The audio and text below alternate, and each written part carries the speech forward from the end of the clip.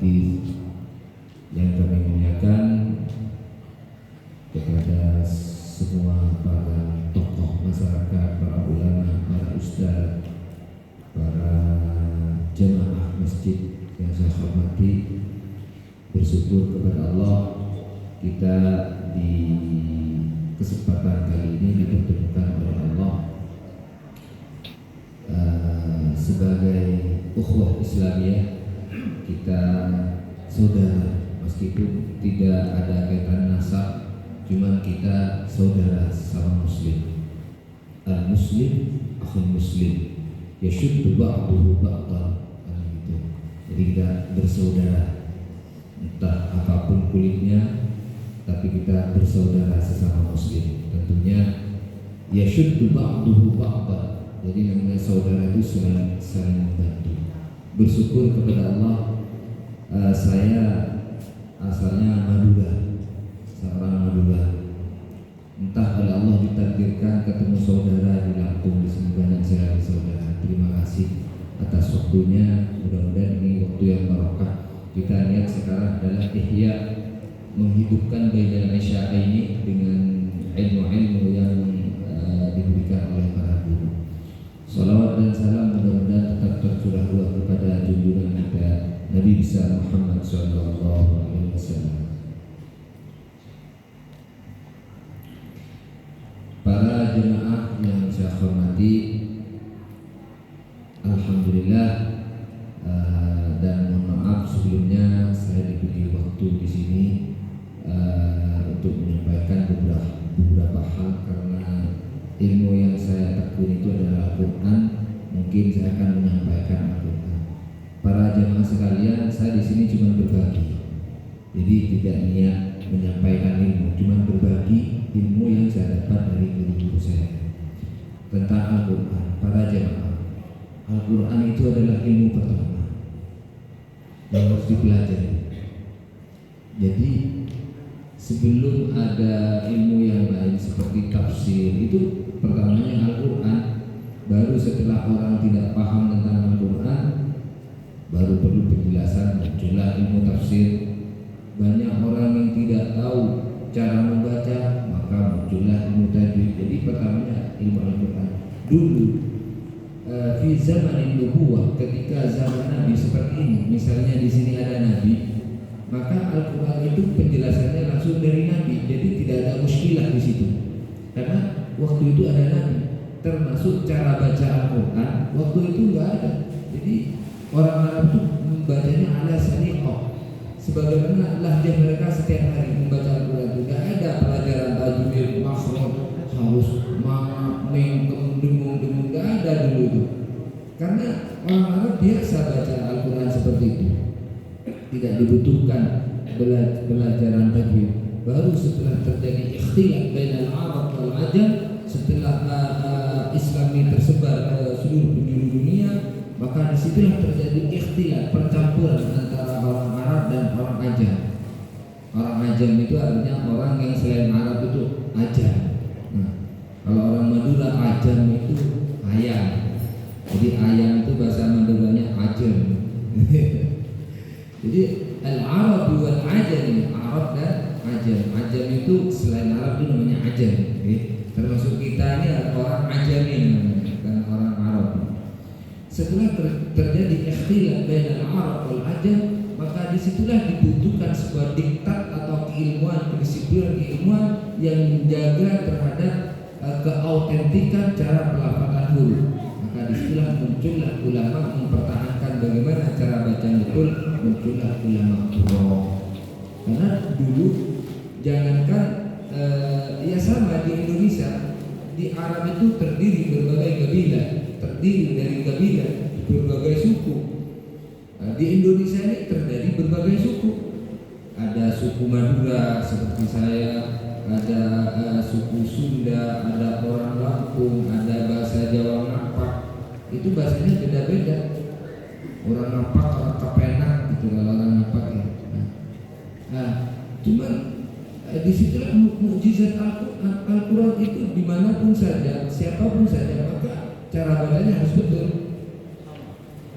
Kadang-kadang saya berpikir bagaimana orang Inggris baca Quran ya, bahasanya seperti itu. You understand? Yes. Fahim tuh? Fahimna. Bagaimana orang India cara baca Quran? Bahasanya seperti itu. Kuj hudari. Terus Qurannya bagaimana? Ternyata disinilah mukjizat Al-Quran. Siapapun saja, orang yang apapun bahasanya, orang manapun, negara apapun, ketika membaca Al-Quran maka memakai Bhinneka Tunggal Ika. Jadi baca Qurannya sama. Baca Qurannya sama siapapun itu, entah itu orang Madura, orang Jawa, maka melepaskan dari logatnya masing-masing. Para jemaah sekalian, disinilah perbedaan antara ilmu qiraah dan ilmu yang selain qiraah. Kalau ilmu yang selain qiraah, semisal hadis itu dijaga teksnya saja yang dijaga. Sekiranya tidak ada penambahan atau pengurangan dari apa yang disampaikan oleh Nabi melalui rijal dan melalui perawi yang sikoh, itu namanya ilmu hadis. Yang dijaga adalah teks saja. Beda dengan Al-Quran. Kalau Al-Quran bukan teksnya yang dibaca, yang dijaga, tapi yang dijaga adalah kaifiyatul ada, bagaimana cara membaca, itu yang terjaga. Terus terjaga dari Rasulullah, diajarkan kepada sahabat diajarkan kepada tabi'in, diajarkan lagi kepada tabi'in, diajarkan lagi kepada para ulama, para ustaz, para guru, sehingga sampaikan kepada kita dengan silsilatus sanad yang cukup jelas. Karena di antara syarat dikatakan qiraah shahihah adalah ittisalus sanad, harus mengguru. Al-Quran itu harus digurukan. Kalau tidak digurukan maka itu enggak sah. Gitu. Misalnya kita belajar di YouTube bisa saja sebatas teori, tapi itu tidak punya sanad yang nyambung, dan ini belum dikatakan qiraah shahihah karena tidak memenuhi persyaratan. Di antara persyaratan qiraah shahihah adalah ittisalus sanad, sambungnya sanad, artinya punya guru, itu namanya sanad. Jadi disinilah perbedaan Al-Quran dan ilmu matan hadis dan matan kitab. Itu kalau Al-Quran harus kaifiyat, ada cara membaca, kaifiyat tahammul wal adab, bagaimana cara mengambilnya dan bagaimana cara mengajarnya, itulah yang dijaga. Bagaimana sekiranya bacaan ini betul-betul terjaga keasliannya cara membaca. Itulah Bapak Ibu sekalian tentang Al-Quran. Sehingga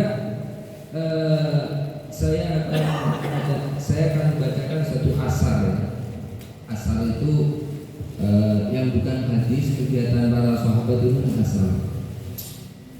Anil A'mash rahimahullahu ta'ala, marra a'rabiyyun bibni Mas'ud wa huwa yuqri'u qauman al-Qur'an aw qala wa hum yata'allamuna al-Qur'an faqala ma yasna'u haula, faqala yaqtasimuna mirathan nabi. Jadi suatu ketika ada orang A'rabi. Orang A'rabi itu orang gunung kalau sekarang, orang desa, orang pinggiran gitu.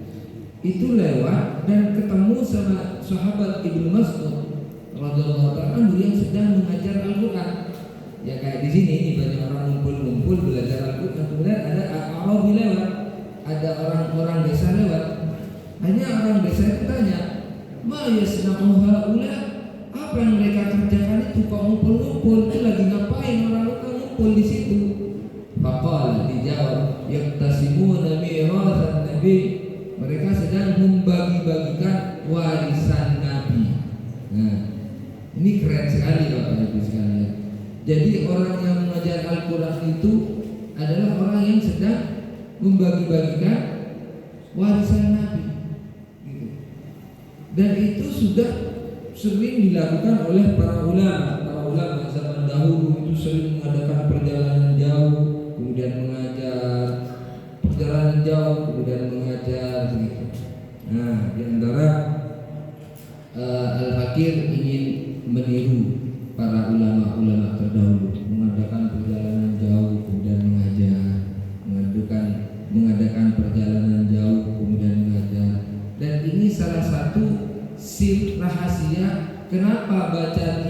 Asim itu kok banyak dibaca di seluruh alam.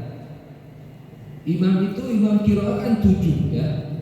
Jadi imam qiraah yang disepakati oleh ulama adalah 7 atau 10. Silakan mengikuti bacaan imam yang 10 itu diperbolehkan. Selain 10 itu namanya syahadah, qiraah syahadah yang tidak boleh dibaca di dalam sholat, cuma bisa buat istinbatul hukum gitu.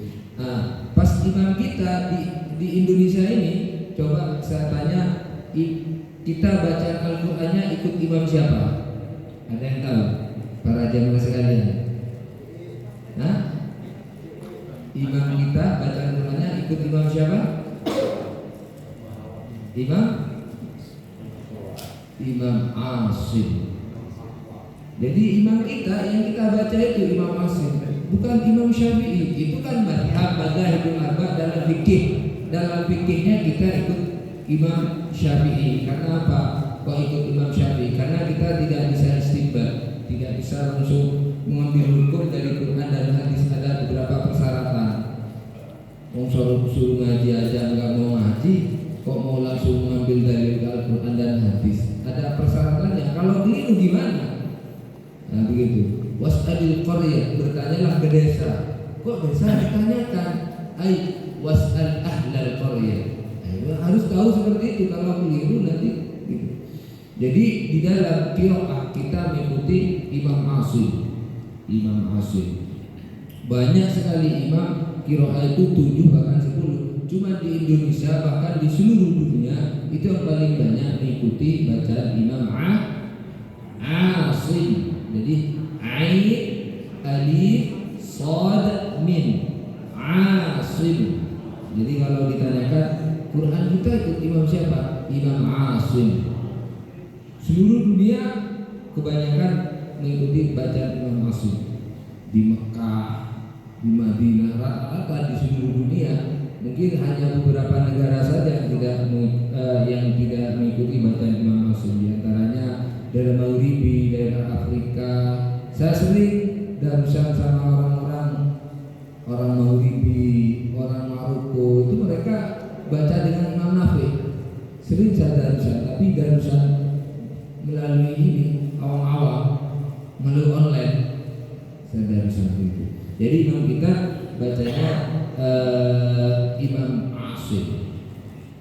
Asim riwayat Hafiz. Nah, kenapa Imam Asim itu kok bacaannya banyak dibaca di seluruh dunia? Di antara penyebabnya adalah likasrati tanaqqulihi. Karena muridnya Imam Asim yang bernama Hafiz ini sering mengadakan perjalanan jauh dan di situ mengajar. Beliau mampir di sini ngajar, mampir di sini ngajar, mampir di Kufah. Beliau memang asli di Kufah. Kemudian berjalan ke Baghdad, beliau mengajar di Baghdad. Berjalan ke Makkah, beliau mengajar di Makkah. Sehingga banyak orang yang mengaji kepada beliau. Karena banyak yang ngaji, kemudian yang ngaji itu tersebar ke sana, dan banyaklah bacaan Imam Asim. Maka saya di sini ingin meniru para ulama-ulama terdahulu, sering mengadakan perjalanan jauh keluar dari rumah dalam rangka ifadah wal istifadah, ta'lim dan ta'allum. Di mana besok insyaallah kita juga akan mengadakan acara ta'lim atau ijazah qiraah sab'ah suratul Fatihah bersama yang akan dilaksanakan di mana Ustaz Kusnudin? Al-Syihab samping Kelurahan Sukabumi ya. Insyaallah besok saya juga mengadakan taklim di situ. Kalau ada yang berminat silakan menghubungi Ustaz Kusnudin. Bapak Ibu sekalian, di sini saya hanya kurir saja. Saya ini bagaikan kurir, hanya mengantarkan paketan yang mulia, yaitu paketan dari orang-orang mulia, paketan mulia dari orang-orang mulia. Cek. Jelaskan mana ya? Yang ini. Yang ini.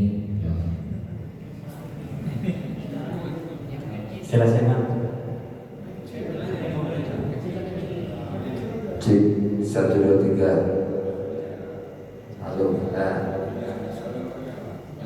Jelas yang mana? Salam apa imam?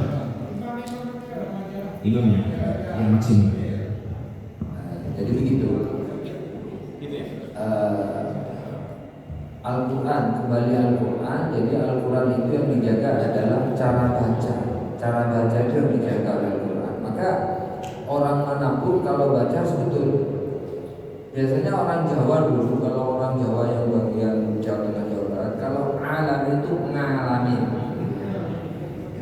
Kalau dalam Al-Quran nggak boleh. Kalau bahasa sehari-hari boleh, karena itu termasuk wa min ayatihi ikhtilafu alwanikum wa alsinatikum. Termasuk perbedaan bahasa itu menunjukkan kekuasaan Allah. Cuma di dalam Al-Quran jangan membawa bahasa masing-masing, karena Al-Quran punya tata cara sendiri dalam membaca Al-Quran. Jadi tidak boleh dibaca Alhamdulillahi Rabbil Alamin, nggak boleh, karena Al-Quran. Terus kalau nggak bisa gimana? Ya belajar. Selama itu belajar, maka umpama ada kekeliruan tidak apa-apa. Yang penting sudah belajar. Tapi meskipun keliru nggak apa-apa.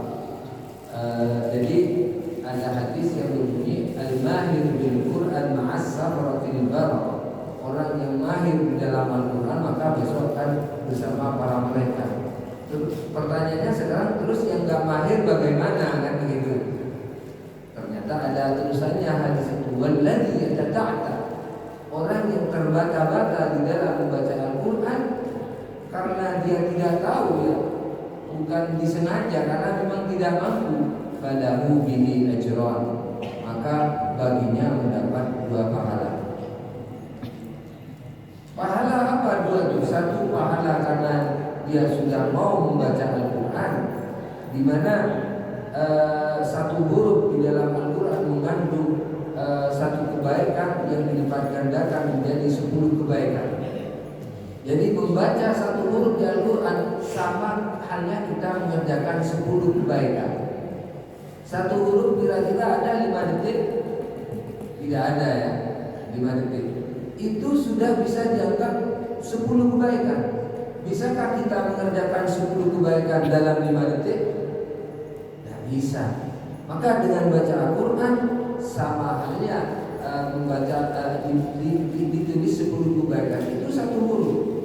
Nabi menyampaikan lam aqul alif lam mim harfun walakin al-alif harfun wal lam harfun wa mim harfun. Katanya Nabi, saya tidak mengatakan alif lam mim itu 1 huruf, melainkan alif 1 huruf, lam 1 huruf, mim 1 huruf. Jadi baca alif lam mim saja kita sudah mempunyai 30 pahala, 30 kebaikan.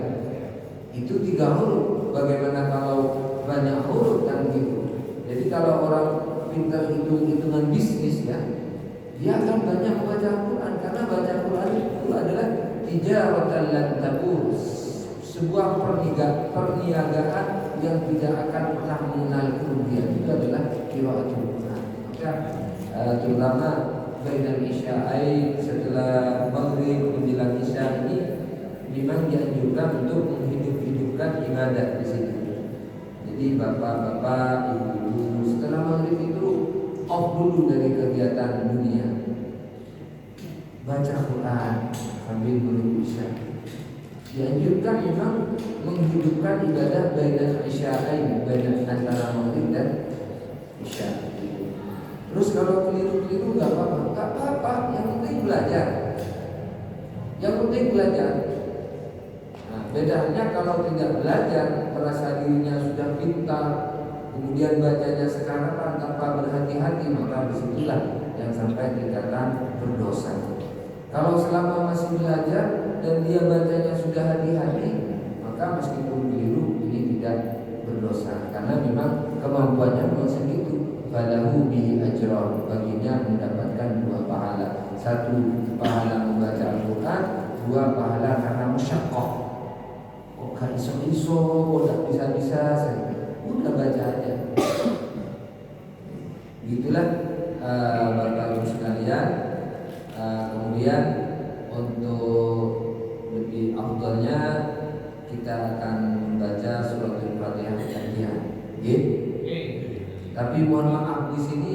saya tidak bermaksud untuk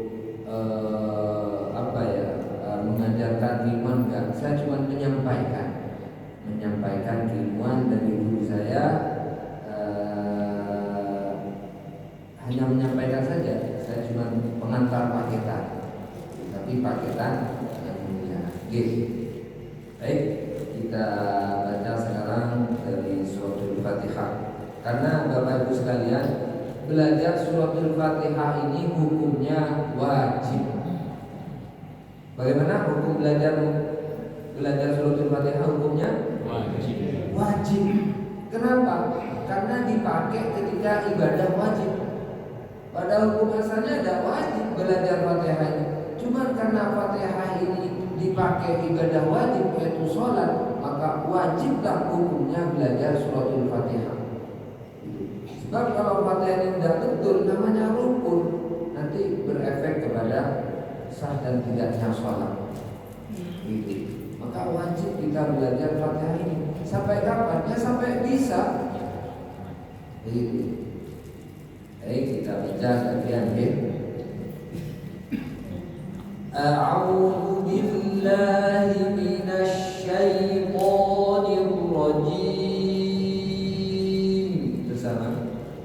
A'udzu billahi minasy syaithanir rajim.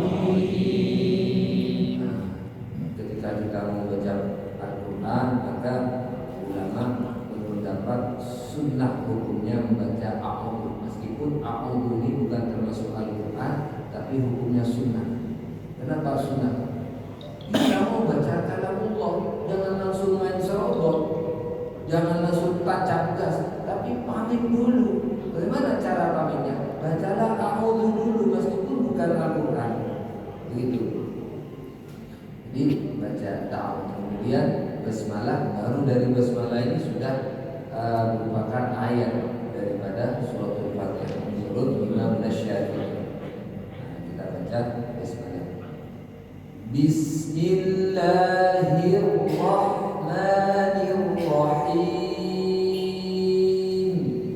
Bismillahirrahmanirrahim. Satu ketukan, satu anggukan. Bismillahirrahmanirrahim. Bismillahirrahmanirrahim. Alhamdulillahi rabbil alamin. Alhamdulillahi rabbil alamin. Ar-Rahmanir Rahim. Ar-Rahmanir Rahim. Maliki yaumiddin. Maliki yaumiddin. Iyyaka na'budu wa iyyaka nasta'in. Iyyaka na'budu wa iyyaka nasta'in. Ihdinas shiratal mustaqim. Ihdinas shiratal mustaqim. Shiratal ladzina an'amta 'alaihim ghairil maghdubi 'alaihim waladdallin. Shiratal ladzina an'amta 'alaihim ghairil maghdubi 'alaihim waladdallin.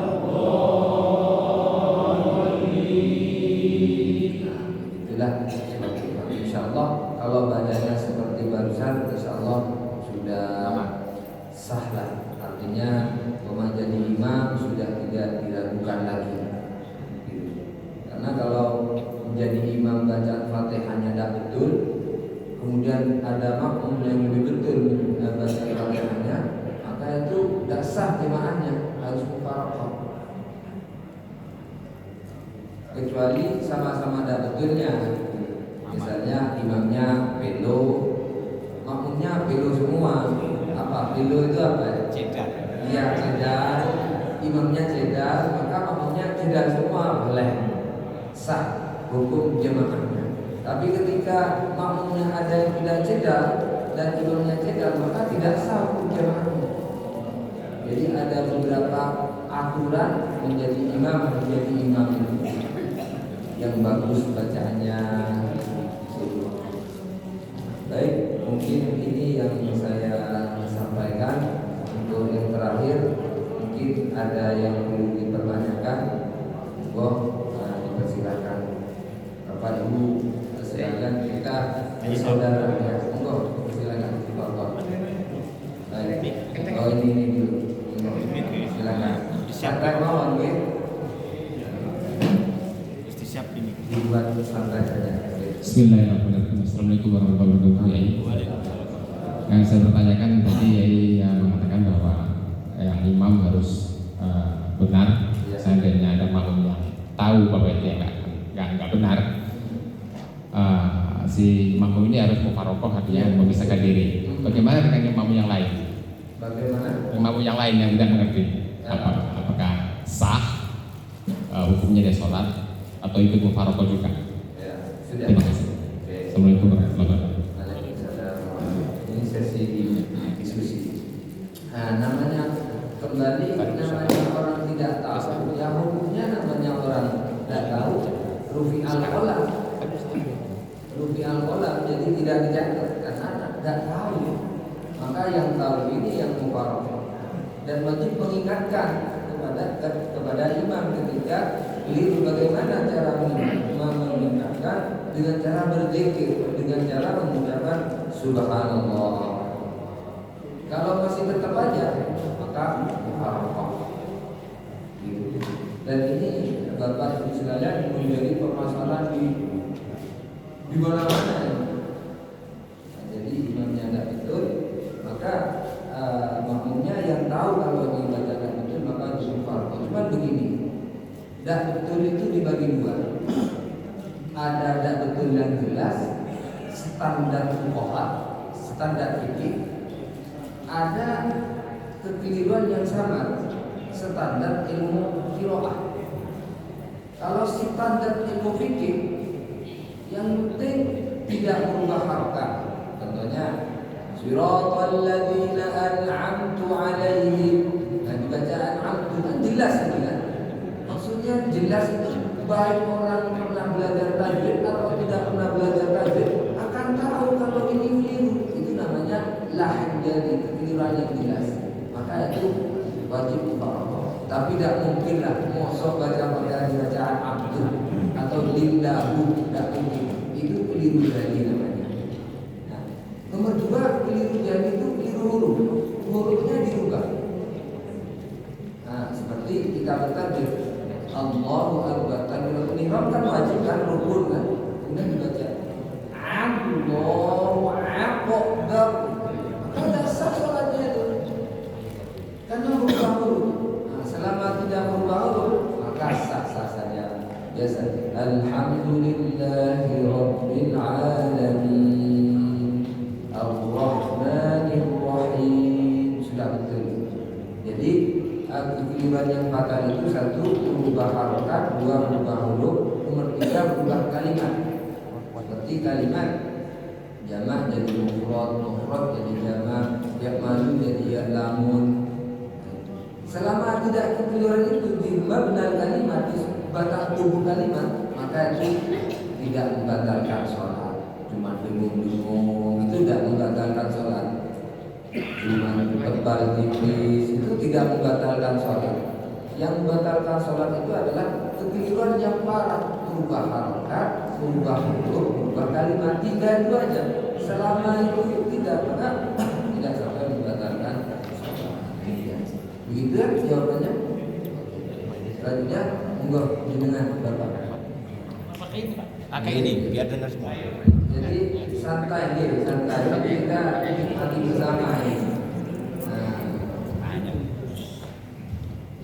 Assalamualaikum warahmatullahi wabarakatuh. Waalaikumsalam. Mohon petunjuk Mas Kali. Oke. Saya sering mendengar salah satu imam kita ini dia ngomongnya ihdinas siratal mustaqim. Satu, kedua yang dibaca di Al-Fatihah itu kan ada bacaan ihdinas. Nah, dia bacanya begini, Pak. Ihdinas siratal mustaqim. Yang kedua, waladdullin amin katanya kan.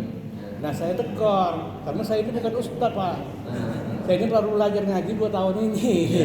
Jadi saya mau protes kan nanti dibilang ini kali ini kalau aja belum tamat katanya kan. Coba pendengaran saya. Nah, jadi sekarang ini gaya tekoran itu, Pak. Cuma saya kalau dia lagi ngomongin ikhdinas itu saya nggak mau ngaminin, Pak. Berarti saya sholat sendiri kan? Subuh ini. Subuh. Mana ada orang ulang surah subuh kan nggak ada. Jadi saya terlanjur sudah jauh-jauh dari serumah. Sholat sendiri katanya saya kan. Nah, demikian itu. Kira-kira bagaimana itu menurut Pak Ustaz? Apa yang bedakan harus saya lakukan? Waalaikumsalam warahmatullahi wabarakatuh. Sabar. Jadi patokannya seperti tadi tetap Pak, berubah huruf apa tidak, berubah harokat apa tidak, berubah kalimat apa tidak. Selama tidak berubah huruf, meskipun dah pasek nemen, itu tetap selama tidak, misalnya waladhdallin kemudian diubah menjadi waladhdallin, itu kan jelas berubah. Kalau cuma waladhdallin itu nggak berubah, itu hanya berubah bunyi. Ya. Ihdinas, Iya, rasanya di buah huruf. itu kan perasaan Bapak.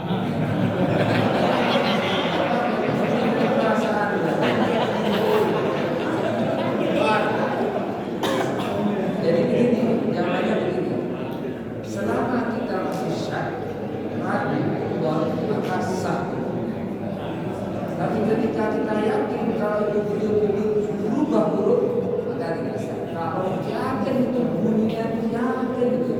Tapi kalau cuma perasaan, sah. Dengan perasaan, artinya belum yakini kalau betul-betul dibaca ihdinas siro, nat siro. Saya kira ada mungkin lah di antara kita membaca ihdinas siro itu sebodoh-bodohnya orang nggak mungkin dibaca ihdinas siro. Ya, saya kira itu harus ditahqiqkan dulu. Apa betul-betul ihdinas siro atau ihdinas siro?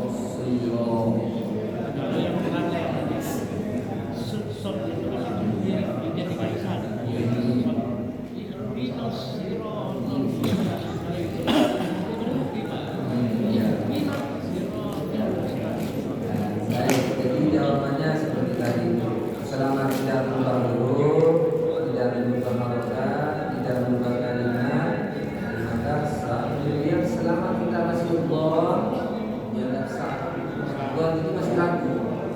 Kalau masih ragu, apa nasiro atau nasiro ya masih ragu, maka tidak sah. Baik, ini cukup sekian apa yang dapat kami sampaikan. Ada yang kita ya kurang 5 menit. 6 menit lagi masih. Panjang ini tidak apa-apa.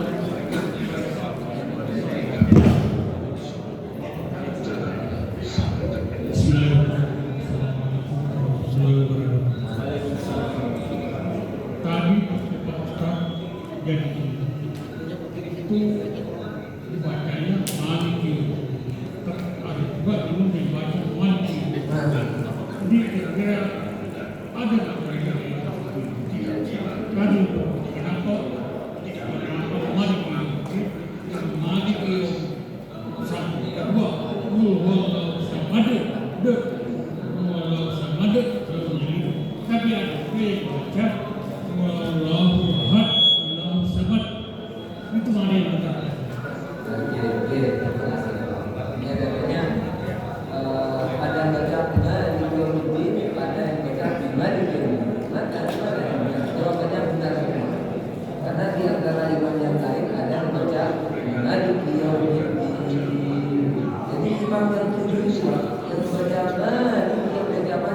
dua dari imam yang 7 yang harus diikuti. Sementara 5 yang lain itu baca Malik Yaumiddin, dan itu juga sama-sama dari Nabi mempercontohkan seperti itu. Hanya ketika di orang awal seperti ini yang lebih baik itu ada penjelasan dulu Pak. Gitu. Sebenarnya itu jangan disalahkan karena itu juga dari Nabi. Hanya salahnya sosialisasinya yang kurang. Kalau bacanya jangan disalahkan karena itu sah dari Nabi. Kemudian yang kedua, Qul huwallahu shahad. Nah, ya ini yang salah ini. Ya, jadi mestinya Izin. Mungkin tadi kalau dengan yang tiga. Ada kulwallahu ahad, ada yang kulwallahu ahad, nggak ada kalau Gitu ya, Pak? Itu malah khofi, pikiran yang kecil. Selama tidak berbahu, kalau kekurangan kontrola itu pikiran yang kecil. Jadi tidak dimanfaatkan. Cuma kita kecil. Kalau dipikirkan harus mau. Siapa saja yang baca Quran, kalau begitu kemudian ada yang menunjukkan harus mau, karena ini urusan agama, urusan Al-Quran. Daripada urusan pribadi, kita harus menunjukkan urusan Al-Quran. Seperti saya, misalnya ini ada yang juga seperti Al-Qusari ketika membaca Quran yang betul, langsung kasih uang itu yang betul itu. Terima kasih. Mestinya begitu. Kalau urusan agama, ada yang betul kasih uang itu. Terima kasih. Maaf saya silap. Ya bukan malah tidak mau urusan agama. Harus mau kalau urusan agama. Kita tunjukkan urusan agama. Oke? Baik. Usul dari Hah? Ya. Tunggu.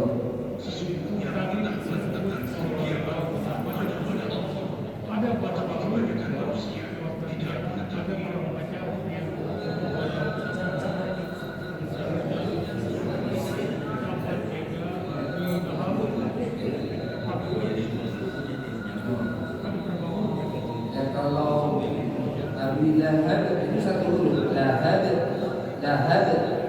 itu ringan-ringan kan? Lahab kecuali watab itu dua huruf. Asalnya watab. Makanya kita tahu dapat yada dari lahab watab. Karena dua huruf. Na'awna anhu wa ma kasab. Kasab tidak sampai kasab, no. Tidak kasab ada ribuan hamzah di belakang, no. Melainkan kasab, bukan kasab, bukan atau kasab, dia bukan juga. Jadi biasa saja, tidak saja kasab. Begitu Bapak Ibu sekalian, mungkin cukup di sudah menonton ini. Mohon maaf yang sebanyak-banyaknya. Di sini saya cuma bertamu dan dikasih waktu, maka saya mengucapkan sama saya Boy mengucapkan cukup sekian dari saya. Ini waktunya mau direkam ya? Iya. Oh ya, minta bacaan yang dari awal sampai akhir mau direkam. Tapi ini waktunya sudah beragam. Waktu makan, jadi nanti biar ini aja. Biar pribadi saja, sama ini bisa pribadi. Tapi kalau ada ini kepentingan orang banyak. Mungkin itu sekian dari saya. Mudah-mudahan bersama dengan hidayah dan rahmat Allah kita puas semakin erat saudara.